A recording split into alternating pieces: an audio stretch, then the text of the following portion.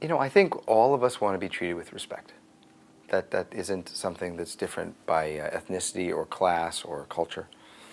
And, you know, probably like you do, I try to do that. I try to treat people with respect.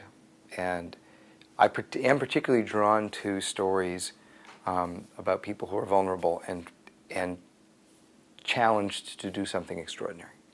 But it is certainly true that I'm very aware that some of the experiences that films like this suggest aren't experiences that I particularly have had. So however empathetic I try to be and respectful of the genuine experience, I haven't had all these experiences. But at some core level, we're all human, and if we really expose our humanity, then we can connect at a level that's deeper than race. Want some coffee? Yes, please.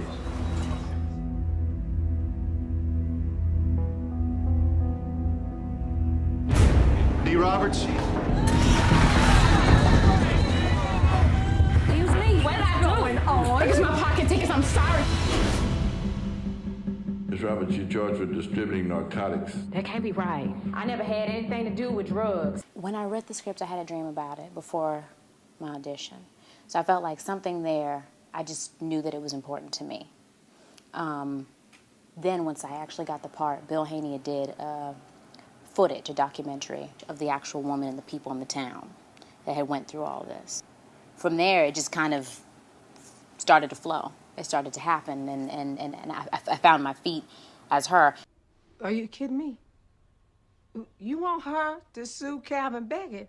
Yes, ma'am. Y'all must be the one doing drugs if you think my daughter's gonna sue the DA in Harmon County, Texas? Would y'all excuse me for a second, please? I was in Boston, which is where I live. I was driving home listening to NPR, and there was a journalist like yourself, and they were reporting the story of this extraordinary young woman, 4 little children, in the outskirts of Texas, who had been given Sophie's choice. She'd been wrongfully arrested. She was told she had to either plead guilty and go home as a convicted felon with a series of her federal rights stripped, or stay in prison, risk 25 years in jail if she stood up for what she believed in. And to be honest with you, as I listened to the story better, I started to cry. And the more I thought about the federal government leaning on a mother and her children in the way they were doing, the more upset I got. And that was 6 years ago, and I've been working on this ever since. I hear that a lot. Everybody always, compares me to Erin Brockovich. When I met Bill, I didn't know it was going to be a movie. My understanding it was going to be a documentary, and that's just how we looked at it. So, when he come and they do the footages and everything at the house and this and that, and they turned it into this motion picture with this amazing cast. How strange is that? It's weird and overwhelming, and it makes you excited, because how many people get to say that there's a movie being based on their life? Or writing a film that's not based on a true story is relatively straightforward. Because the sense of responsibility to be respectful and to deal with the real-life experiences of all these characters on the one hand, because the legal implications, both the legal procedural issues and then the legal implications of a case like this, that in a sense is reflecting the 13 million Americans who are caught up in the criminal justice system in one way or another, and then trying to take advantage of the talents of the actors and the circumstances of the settings and stuff. There's an awful lot of rewrites. I think 45, 50 drafts. I went to Juilliard for 4 years, and it's 2 years later. I found this script through my agency. My agency sent me a stack of scripts, and I was moved by this one. You're reading through things all the time, and something about this just stood out to me. It's a black woman, and I knew that these things were happening, but I hadn't necessarily delved into any of, this particular subject matter. And I went in and I met Bill Haney and Tim Disney, the writer and the director.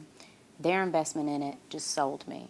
And I was like, regardless, even if I'm not playing D, which I thought there's no way, there's just no way I was going to get that part.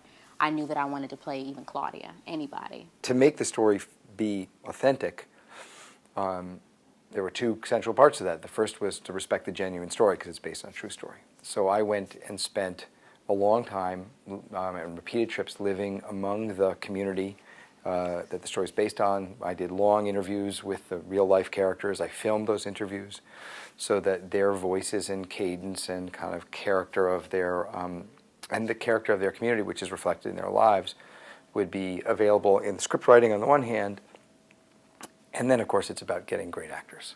And, it isn't me representing an African-American grandmother, it's Alfre Woodard. It isn't me representing an African-American minister, it's Charles Dutton. It isn't me representing, a guy from the projects, it's Exhibit.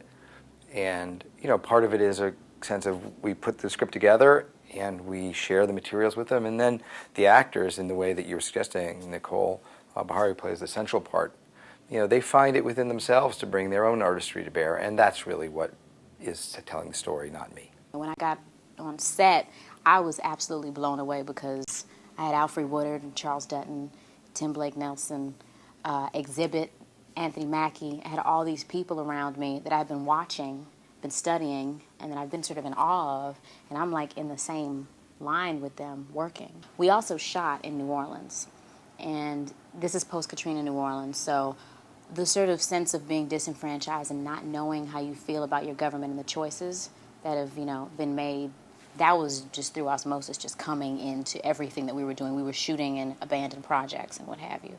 So all of that was feeding me and giving me fuel and ground. Watching a film, every time it's like reliving it over and over and over and over, because I can relate to it on so many levels. And I'm glad that the film did get made and that the message is out there, because that's more important to me than anything, is getting the message out, as far as stopping the war on drugs. And for it to come to this point, and finally I'm that one voice for the so many Americans, who go through the same thing I go through, I feel like that's just a blessing.